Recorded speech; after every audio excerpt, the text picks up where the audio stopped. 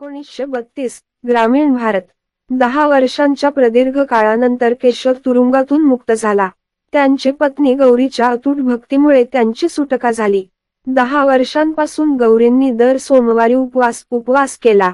त्यांच्या प्रार्थना शिवपूर गावातून घुमत होत्या. माझ्या पतीला शुद्ध आणि मुक्त घरी परत येऊ द्या. गौरीचे निस्वार्थ प्रेम गावकऱ्यांनी पाहिले. गौरीला पाहताच केशवचे डोळे पाणावले. तिचे सौंदर्य नेहमीपेक्षा अधिक उजळले. गौरीचे आनंदाश्रू केशवच्या डोळ्यात मिसळले. त्यांचे पुनर्मिलन हा एक उत्सव होता. त्यांची गाय कमला आनंदाने चिडली. मित्र आणि नातेवाईक जमले. गावातील ज्येष्ठ शास्त्रीजी यांनी जोडप्याला आशीर्वाद दिले.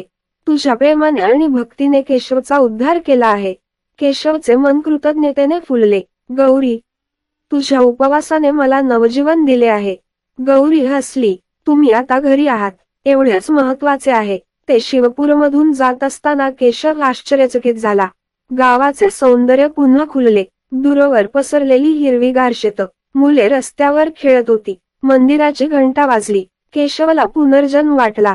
गौरीच्या प्रेमाने त्याला पवित्र केले होते. एकत्र त्यांनी नव्याने सुरुवात केली. त्यांच्या प्रेमकथेने शिवपूरला प्रेरणा दिली. केशव आणि गौरीचे बंध अधिक घट्ट झाले.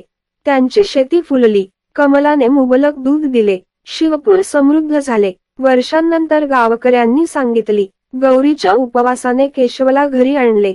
त्यांचे प्रेम एक दंतकथा बनले.